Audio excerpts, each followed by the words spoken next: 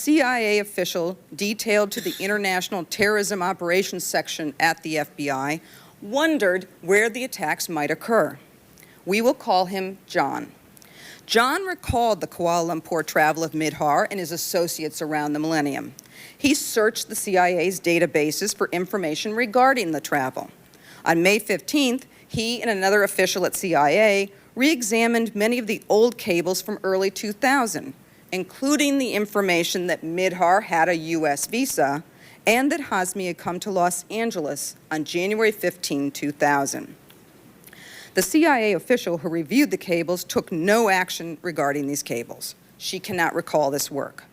John, however, began a lengthy exchange with a CIA analyst to figure out what these cables meant. He recognized the relationship to the bombing case, and he was aware that someone had identified Khalid in one of the surveillance photographs from the Malaysia meeting. He concluded that something bad was definitely up. Despite the U.S. links evident in this traffic, John did not raise that aspect with his FBI counterparts. He was focused on Malaysia. John's focus on the overseas target area might be understood from his description of the CIA as an agency that tended to play a zone defense.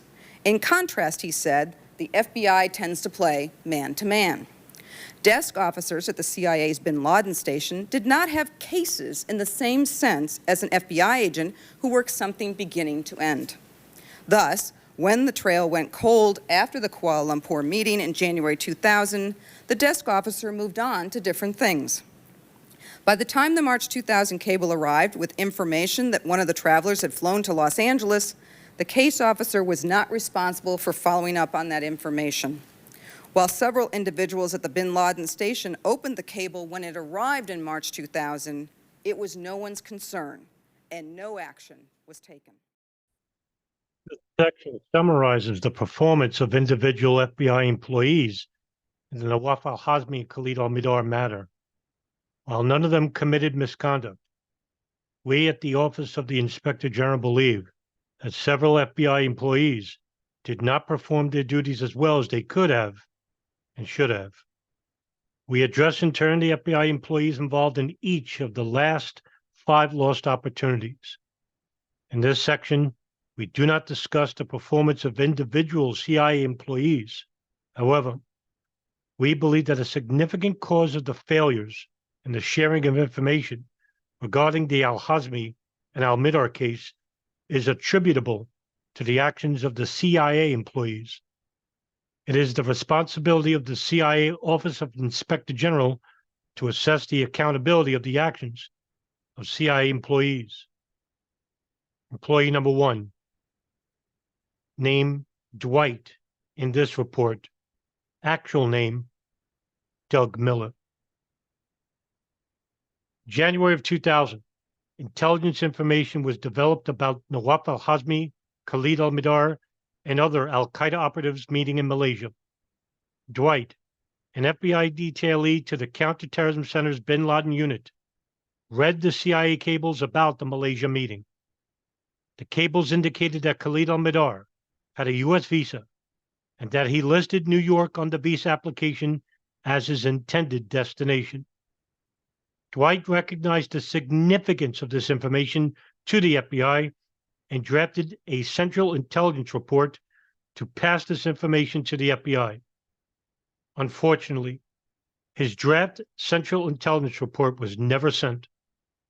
A notation added to the CIR suggested that it was held at the request of the CIA's Deputy Chief of the Bin Laden Unit, Tom Wilshire.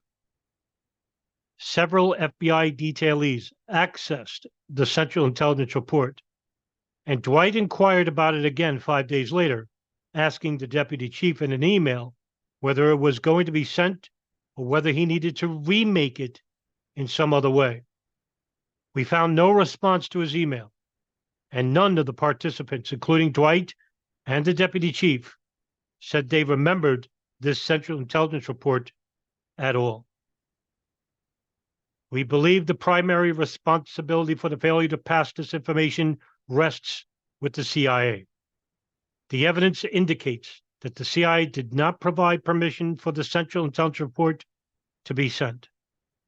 However, we also believe that Dwight should have followed up as much as necessary to ensure that the information was sent to the FBI. Although we found evidence that he inquired once about the disposition of the CIR, we found no additional evidence that he continued to follow up to ensure that the information was sent. If Dwight was stymied in his attempt to learn about the disposition of the cable, or if the CIA gave no reasonable explanation for why the information was not being sent, could have brought this issue to the attention of another supervisor in the counterterrorism center.